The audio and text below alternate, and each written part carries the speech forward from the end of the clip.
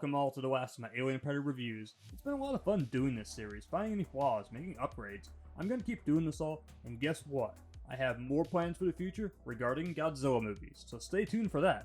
But first, I ask you please to subscribe, hit the notification bell, and now let's get started with Alien Covenant. This movie, it took 5 years for it to come out, but sometimes looking back at it, it really felt like it took longer. I think what kind of conflicted this movie a little bit in production was Alien 5.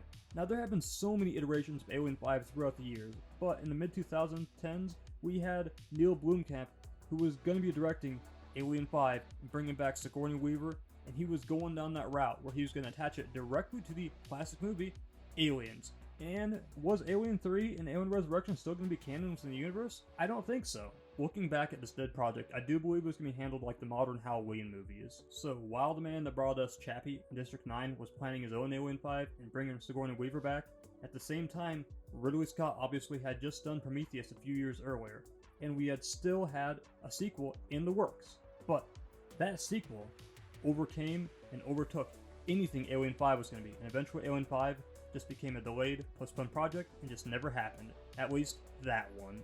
Not to mention, after Prometheus came out, Ridley Scott had planned 2 more sequels, being Covenant and Awakening. And the idea was that Awakening would lead directly into the original Alien and tie up all the loose ends, but we never got that far, unfortunately. Ridley Scott's project would move forward ultimately, with a brand new cast for the most part that would focus on. One big confusion I do recall about this movie was the fact that it was constantly said this movie would go further and further away from the Xenomorph, but none of that happened. The final project kind of contradicted that, even though he said that the beast is done, cooked. Our movie began with a project title named Alien Paradise Lost, but would eventually be titled Alien Covenant. Our movie begins showing the events before Prometheus, as a young Peter Whalen is speaking with David about finding man's creator. We move forward 11 years after the events of Prometheus, now following a brand new ship called the Covenant. This is a colonization ship carrying 2,000 colonists, 1,140 embryos. Its goal, to reach Orgai 6. And for starts of this movie, we are now following newly introduced android Walter, breaking the usual tradition in the alien androids, Ash, Bishop, Call, David. Walter is also played by Michael Fassbender, who creates for some interesting interaction between him and David has become completely sentient and self-aware to the point he's thinking on a level that the android should not at all. If you haven't seen the Alien Covenant prologue, Crossing, I highly advise that you give it a look. This was part of the viral marketing that Prometheus and Alien Covenant took advantage of that was just genius. Getting to see a little snippet, a little backstory, but if you don't know what kind of happened, let me explain to you. In her prologue, David and Shaw are setting off to find their creators. They're set out to meet their makers. David is repaired by Shaw, but at the same time, he's experiencing emotions for her. He has never felt anybody care about him the way that she does. The fact that she actually cares about him entirely. He never saw this out of Peter Wayland. This is part of one of the forbidden emotions that David is not supposed to experience, that is absolutely forbidden of any synthetic to even feel. Watching this movie, we see that David is very different, very lonely, very isolated. He's thinking on a god level. He believes he's perfect as he was told when he was created. Also thinking on a level that he believes that man should die. He believes they should go extinct. He is working on creating the perfect organism, even if that means killing the one that he loves. I still stand firm to the fact that David and Michael Fassbender is one of the MVPs of the prequel series, and just one of the most entertaining aspects of this movie overall. And Alien Covenant, where its downfalls exactly are, is I feel like everything just happens too fast, and the fact that I don't get a chance to care or get acquainted with any of the new characters. So let me bring up a few examples, because we got Daniels, who is our main character. Now you understand her and her husband Jake, who Jake based on this dream, and also Jake, who is played by James Franco, ends up dying right from the get-go. So based off these dreams, basically, the idea was they were going to build a cabin on the lake once they reach Orgai 6. Now here's my gripe with this right here.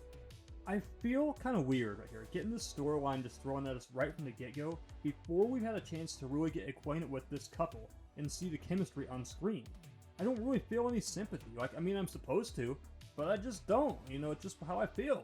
Compared to Holloway and Shaw and Prometheus, we got to see more of a backstory. We got to understand what their intent was, we got to understand their goal, and we got to see the chemistry as a couple. They do end up finding their goals, and it's because of David that Holloway gets infected in the first place. Then from there, everything just goes bad because of David and his rogue intent. Again, polar opposite. It was more presented better, at least in Prometheus versus Alien Covenant. Now I do know, it's a classic staple of the Alien series to have scientists that just really aren't that smart and make the dumbest decisions. But it's a pretty well just something you expect.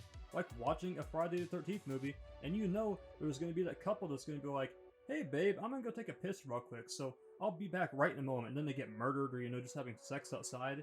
Yeah, that's a staple that well, for the Alien series, it is always idiotic scientists, but this movie, I feel like it presses a little far, and I think it's played out completely. Not to mention, this movie also has a stereotypical shower scene, the one where they're showering and the murderer comes up and kills them.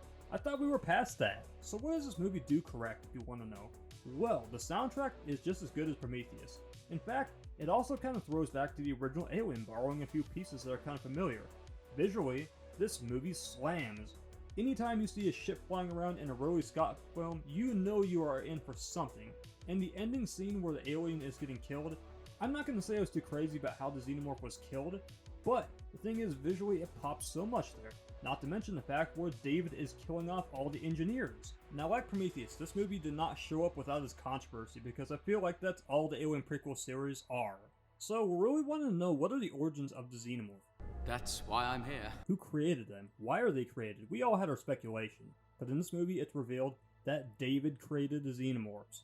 This is really controversial, and is a little debatable by fans, because a lot of people kind of argue, is he a creator, or is he a recreator? But according to Ridley Scott, though, he's the creator, so as far as that goes. But there's still so many questions, though, and I, for one, kind of like the theory and the idea that maybe he's a recreator. I want to talk about another theory also, too, that I always kind of think about when I watch this movie, because I don't know if I really believe this is all the engineers. Now, it was never specified that he killed off their entire population, because I do believe this is just a general space engineer, or whatever you want to call him, and I do believe that the ones that we saw in Prometheus were actually a little different on another level versus the ones that we saw in Covenant, because they look so basic.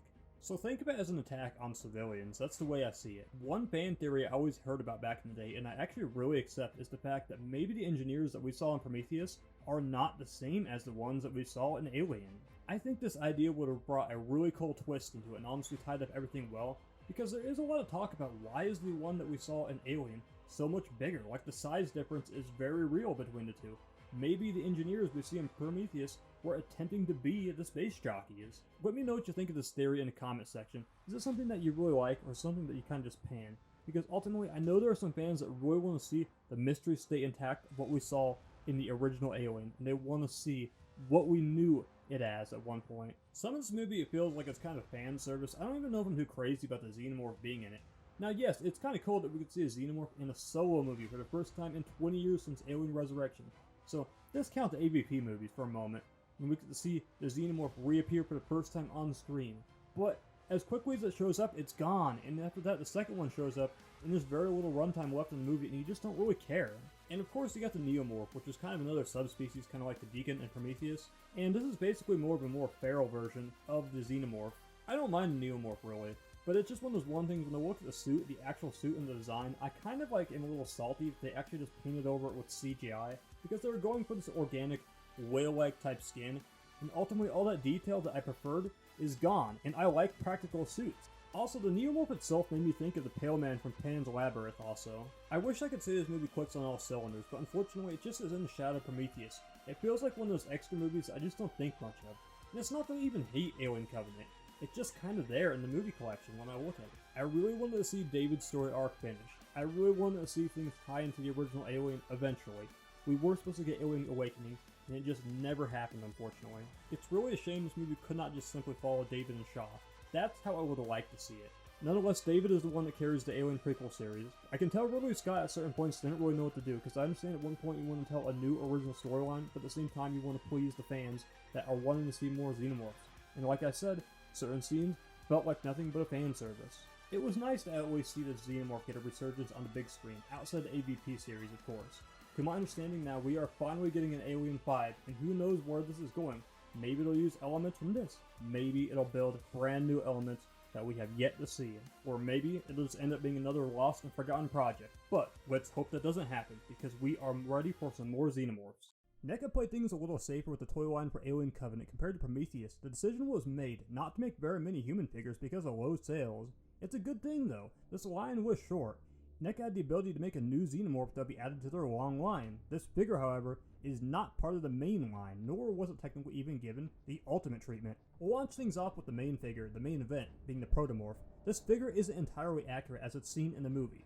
Lots to my understanding, is that this is kind of like the Neomorph I talked about earlier. Certain aspects have been CGI'd off it. This is because Neca worked from the actual suit and they were not allowed to look at the CGI files to see the final version of the creature that was in the film. Subtle certain things at first glance are missing, like the tubes on the shoulders, and the back tubes that appear on the back appear to be more spread out compared to the movie counterpart. And then for that, you have the figure where they're just standing directly upwards. And maybe it's just my pure observation, but the toy appears to be more skeletal than the version that you actually see in the movie, which kind of looks a bit more fleshy, just from what I'm seeing. Outside that, however, the figure seems to be pretty well sculpted. There is a little sloppy paint apps on the dome. Maybe this is mine, I don't know. The legs you gotta be a little mindful of when you're opening the figure because there's a chance that they might be warped, but this can be remedied, thankfully. And my biggest remedy for this is basically just using a hairdryer and just basically just heating the leg and kind of applying the joint to how you want it and then putting it in the freezer for about a few minutes, and it should freeze into place and you should be good. Articulation is pretty fair for what it's worth. You can get it into a wider range of poses, whatever you want to. You can get into a crawling position. However, though, that head is hindered by the tubes on the back and there's really nothing you can do about it. One thing about this figure is the tongue has the most insane range of any Xenomorph that exists. And just look at this comparison right here. I think at one point I didn't even realize it got this range and I pulled it out and I thought I was going to break it. So just a little disclaimer, before I talk about the Neomorph too much, unfortunately I cannot locate the box for this figure. I have no idea where it is, but why this is important is because of the fact that I had the alternate head stored in there. For whatever reason, I don't know what happened to the box. Hopefully I didn't throw it away. Hopefully I have a good story to tell you someday in the future. But the thing about this is it had two different heads. You could swap on and off. One that was just kind of like more of a general posed face, and then for that you had the other one which is more of an attack pose, or you know, more open or screeching, whatever. That's one thing I love about this figure, and it's one thing that they need to do with the Deacon. As I said in my last video, I'm very vocal about the fact I don't think the Deacon had full justice done. Even though we never saw the Neomorph and the Xenomorph share the same screen at the same time, they made sure to scale these figures properly, and that's one thing Neca usually does pretty good across the board. Not all their figures are perfect on it, but for the most part, they nail movie accuracy or realistic height differences between the figures. Also included is the newborn Neomorph. This is one of those things that there's nothing really to it. It has no articulation, simple paint apps, and it could have easily been thrown in the creature pack, but for whatever reason, and I'm okay with it, they decided to at least give us it with the Neomorph. So that creature pack, this is the final thing that they gave us for Alien Covenant, and it really wraps things up perfectly because we get everything and all the creatures that we really need from this movie. So I'll start with the eggs first from this set. So we got two different eggs, one open, one closed. And these eggs are very unusual compared to the usual ones that we got from all the other sets. Really clever, unique designs on the sides. I think that's the most accurate thing about them, actually. For example, the opening of these eggs is a bit much compared to what it was in the movie. And then for that, the interior of it, the paint apps are pretty cool, I'll give it that. But it wasn't like this. In fact, in the movie, it was more traditional. The eggs set on a nice flat base, because let's face it, these eggs are very different and they're not quite like the other ones as far as shape. Also included, two new facehuggers. Now the cool thing about these facehuggers was this was the first time we got brand new sculpts for the facehuggers. Prior to this, it was always the same. They were reusing the same mold from the Aliens Ultimate figures, or the ones that were in the egg pack.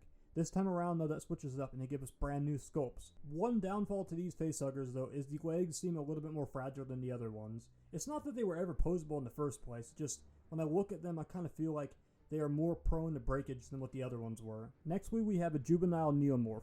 Now this one, unlike the other one that was packaged with the actual Neomorph, actually has articulation and a bendable tail. But I do not like articulating this figure. At most, maybe the neck, maybe I'll play around with the tail bit and the arms, but the knees on it, I can tell can be very problematic. Now, if I wanted to, I guess I could give this a hot water bath and maybe kind of work that paint out, but I'm not even going to try it because I know this is all going to go wrong. Final piece is the chest burster from the movie. Now, whatever you want to call it, they have a different variation of chest burster. You can't recreate that one pose and that one scene in the movie, so sorry about that. Other than that, though, this completes it. This wraps up the entire creature pack, and in fact, it wraps up all of the creatures from the movie. So everything you see from the movies, you get a figure of as of making this video. These figures have been out for about 5 years, but looking back at it, I kind of realized that a lot of the figures are basically just Alien Covenant behind the scenes figures. That's it. Now, I'm not saying they're disappointing. I'm not saying turn away from it, because your casual buyers or anybody that finds these online probably won't notice the difference. But I want to be honest about something. If Neca was given the chance to go back and remake all these figures, would I want them to remake them? Absolutely yes. And Neca has always strived for movie accuracy. When they don't do it, we call them out on it, and I think that these figures all have a chance to be redone in the future. So, let's hope that happens.